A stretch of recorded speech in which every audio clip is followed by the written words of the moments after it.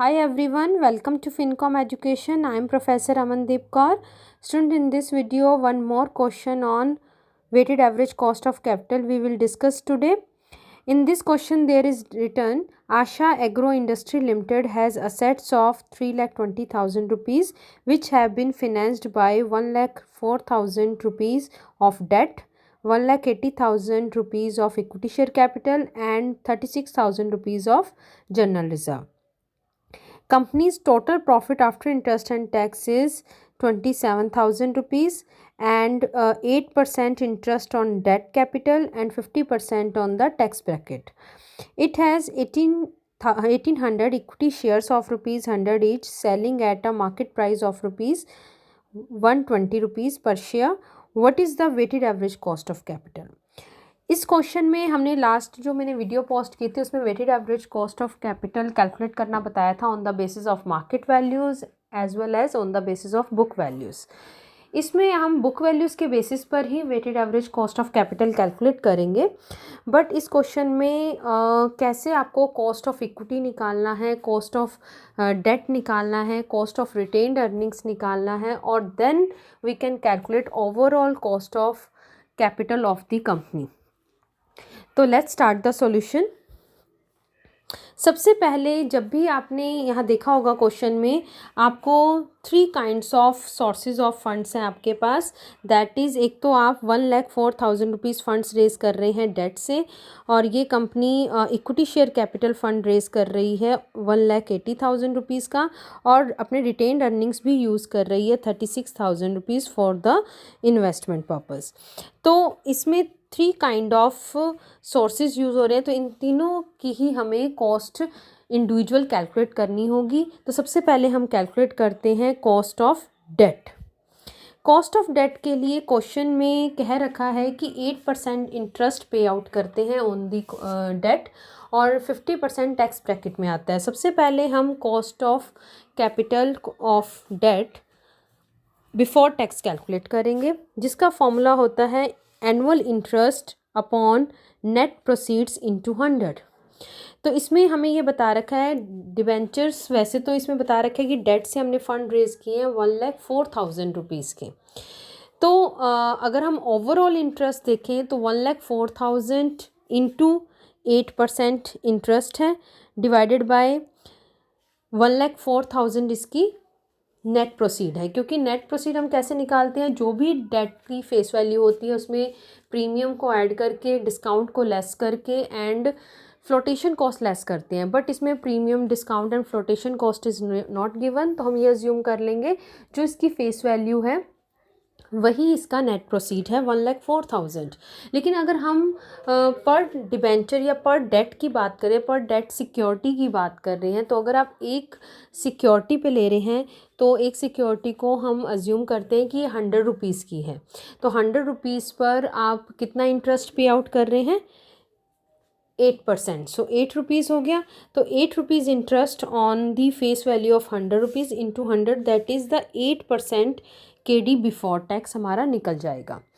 लेकिन अगर for example अगर हमें फेस वैल्यू में बता रखा होता कि इतनी फ्लोटेशन कॉस्ट है 10%, तो हमें 1,04,000 में 10% फ्लोटेशन कॉस्ट माइनस करनी पड़ती। उसी तरह से हमें 100 रुपीज़ में भी 4% फ्लोटेशन कॉस्ट माइनस करके नेट प्रोसीड निकालनी होती।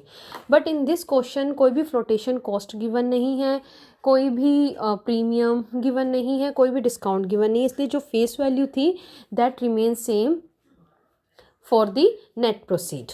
तो आपका फेस वैल्यू एक सिक्योरिटी का 100 रुपीज़ था। इफ़ नथिंग इज़ मेंशन तो हम एक सिक्योरिटी का फेस वैल्यू 100 रुपीज़ अज्यूम करते हैं, तो वही आपका नेट प्रोसीड आ जाएगा। और 100 रुपीज़ पे आपका इंटरेस्ट है 8%, सो 8 रुपीज़ आ गए। 8 डिवाइड बाई 100 इंटू 100 किया, so it comes 8% KD before tax. हमें weighted average cost of calculate करने के लिए, weighted average cost of capital calculate करने के लिए हमें after tax cost of debt चाहिए होगी। तो इसको हम आफ्टर टैक्स में कैसे कन्वर्ट करेंगे, जो भी KD बिफोर टैक्स हमारा निकला है into 1 minus T। Tax bracket हमें बता रखी है 50%, सो वी राइट हेयर 0.50।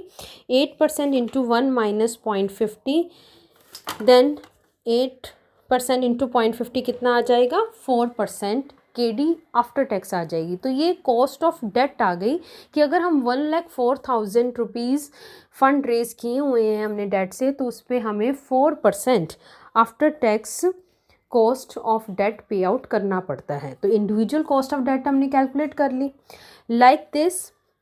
अब हम कॉस्ट ऑफ इक्विटी भी निकालेंगे। कॉस्ट ऑफ इक्विटी के 3 फॉर्मूलाज होते हैं, जैसे हमने लास्ट क्लास में मैंने डिस्कस भी किया था कि cost of equity share capital को हम KE से डिनोट करते हैं, और इसके 3 फॉर्मूलाज हैं जो हमने डिस्कस भी किए थे लास्ट क्लास में कि डिविडेंड मॉडल होता है, इसमें DPS upon MPS into 100। Dividend growth model भी होता है जिसका फॉर्मूला क्या होता है, DPS upon MPS into 100 plus G। और एक अर्निंग यील्ड मेथड भी होता है कि हम अर्निंग के बेसिस पर कॉस्ट ऑफ इक्विटी निकालते हैं, जिसका फॉर्मूला क्या होता है, EPS upon MPS into 100। EPS means earning per share, MPS means market price per share into 100। इस क्वेश्चन में हम डिविडेंड मॉडल इसलिए नहीं लगा रहे हैं क्योंकि हमें dividend per share is not given. Dividend growth model भी इसीलिए नहीं लग रहा है क्योंकि डिविडेंड भी गिवन नहीं है और हमें ग्रोथ भी गिवन नहीं है। So we apply here earning yield model that is EPS upon MPS into 100। तो EPS इसमें हमें निकालना होगा। MPS is given in the question, market price per share is given in the question 120 rupees per share, तो वो तो हमने यहाँ पुट कर दिया। बट EPS हमें गिवन नहीं है, बट वी कैन कैलकुलेट। तो कैसे करेंगे, EPS का फॉर्मूला होता है अर्निंग प्राइस पर शेयर। का मतलब क्या है कि इक्विटी शेयर होल्डर अपने पर शेयर पर कितनी अर्निंग उनके लिए अवेलेबल है, कितना प्रॉफिट उनके लिए अवेलेबल है। So profit available for equity share holder, वो टोटल प्रॉफिट अवेलेबल होगा टोटल शेयर होल्डर्स के लिए, divided by number of equity share से आप डिवाइड कर रहे हैं, then you can calculate per share earning available for equity share holders. अब प्रॉफिट इक्विटी शेयर होल्डर के लिए कौन सा अवेलेबल होता है, सारे इनकम, टोटल इनकम में से अगर आप सारे एक्सपेंसेस माइनस कर देते हैं और इंटरेस्ट भी पे आउट कर देते हैं, इसमें से गवर्नमेंट को टैक्स भी पे आउट कर देते हैं और प्रेफरेंस शेयर डिविडेंड भी पे आउट हो जाता है, तो rest of the profit is available for equity share holders. So profit after tax, after interest, after preference share dividend is called profit available for equity shareholder। तो profit after interest and tax is given, और preference share capital इसमें थी नहीं, इसलिए preference share dividend होने का question ही नहीं होता। तो इसमें आपको profit after tax and interest दे रखा है 27,000 rupees, and total number of equity share is also given 18,000 rupees. It is 1800 I suppose। yes, question में एक बार आप देखिए, इसमें 1800 है। I will see again। या there is written 1800 equity share. तो जब आप 27,000 प्रॉफिट को डिवाइड कर देंगे 1800 रुपीज़ से, सो बाय मिस्टेक यहाँ मैंने लिखा है 18,000, ये 1800 है बच्चों। 27,000 डिवाइडेड बाय 1800 करेंगे तो एक शेयर का अर्निंग पर शेयर हमारा निकल जाएगा 15 रुपीज़। दैट मीन्स एक शेयर होल्डर के लिए कितना प्रॉफिट अवेलेबल है, 15 रुपीज़ पर शेयर। तो 15 EPS आ गया हमारा अपॉन MPS 120 इंटू 100 करेंगे तो 12.5% is the cost of equity share capital. ये हमारी KE भी निकल गई। अब इन्होंने 3 तरह से फंड रेज किए हुए थे, एक तो डेट से, तो कॉस्ट ऑफ डेट हम निकाल चुके हैं 4%, कॉस्ट ऑफ इक्विटी भी हमारा निकल गया 12.5%, और इन्होंने एक जनरल रिजर्व से भी फंड रेज किए थे। तो अब हम कॉस्ट ऑफ रिटेन्ड अर्निंग्स निकाल लेंगे। तो कॉस्ट ऑफ रिटेन्ड अर्निंग्स को हम KR से डिनोट करते हैं। KR is equals to KE, जो भी हमारी कॉस्ट ऑफ इक्विटी निकलती है, क्योंकि रिटेन्ड अर्निंग्स भी किसके लिए, किसके होते हैं, इक्विटी शेयर होल्डर्स के ही होते हैं। So KR is equals to KE 1 minus TP। TP क्या होता है, पर्सनल टैक्स रेट, जो भी शेयर होल्डर का पर्सनल टैक्स रेट होता है, that is not given in the question. And 1 minus B, 1 minus B means brokerage, तो that is also not given in the question. तो ये नील है, इसलिए KR is equals to KE हो गया। तो अगर आपको पर्सनल टैक्स रेट दिया होता तो 1, मान लो पर्सनल टैक्स रेट दे रखा है 20%, सो 1 माइनस 0.20 करते ही 0.80 आ जाता, और ब्रोकरेज भी अगर मान लो 10% होती तो 1 माइनस 0.10 करते 0.90 आ जाता। तो जब इनकी कैलकुलेशन परफॉर्म करेंगे so then we can calculate cost of retained earnings. But इसमें ना तो पर्सनल टैक्स रेट दे रखी है, ओनली कॉर्पोरेट टैक्स रेट दे रखी है। जो इसमें टैक्स ब्रैकेट दे रखा है डेट के लिए, that is corporate tax rate. Personal tax rate is not given, कि शेयर होल्डर का पर्सनल इनकम टैक्स रेट क्या है, दैट इज़ नॉट गिवन। तो इसलिए, और ब्रोकरेज भी गिवन नहीं, तो इसलिए आपका KR जो कॉस्ट ऑफ रिटेन्ड अर्निंग है that is equivalent to KE, तो वो भी 12.5% आ गया। इस तरह से हमने तीनों की individual cost of capital calculate कर ली। Now you can prepare a table for weighted average cost of capital, जैसा हमने प्रीवियस वीडियोस में भी बनाया था। दोबारा मैं आपको बता रही हूँ कैसे निकालनी है आपने overall cost of capital of the company. तो weighted average cost of capital of the company हम निकालने जा रहे हैं। तो उसके लिए आपको पहले एक टेबल प्रिपेयर करनी है, जिसमें फर्स्ट कॉलम होगा सोर्सेज, आप सारे लिखेंगे। इसमें हमारे पास 3 ही सोर्सेज थे, debt, equity share capital and general reserve. Second column आप अमाउंट्स का बनाएंगे कि कितने कितने फंड्स आपने रेज किए हैं। डेट से हमने फंड रेज किया 1,04,000 का, इक्विटी शेयर कैपिटल से फंड रेज किए 1,80,000 के, एंड जनरल रिजर्व से हमने फंड रेज किया 36,000 का। तो जितने आपने फंड्स रेज किए हैं दैट इज़ कॉल्ड वेट्स, तो इसको हमने W से डिनोट किया, और इसका आप टोटल करोगे तो सिग्मा W आ जाएगा। 3,20,000 रुपीज़ हमने फंड रेज किए हैं।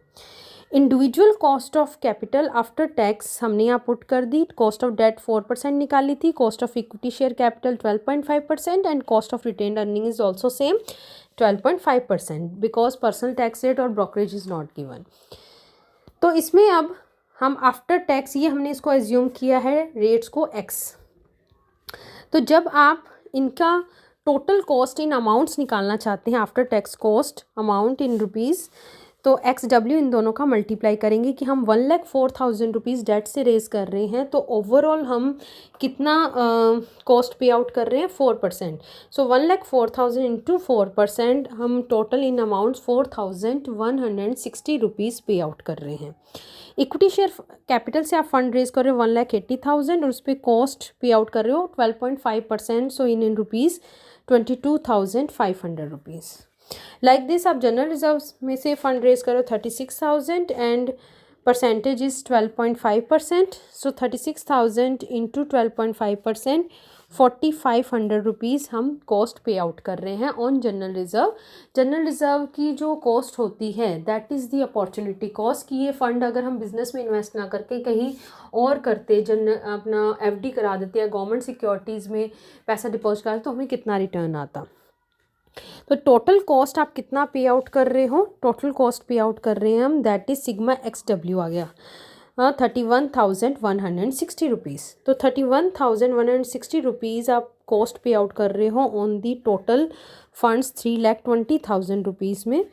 तो overall weighted average cost of capital of the company, जिसको हम KW से डिनोट कर रहे हैं, वो आ जाएगा 0.097375, और परसेंटेज में अगर निकालना चाहते हैं तो मल्टीप्लाई बाय 100, 9.7375%।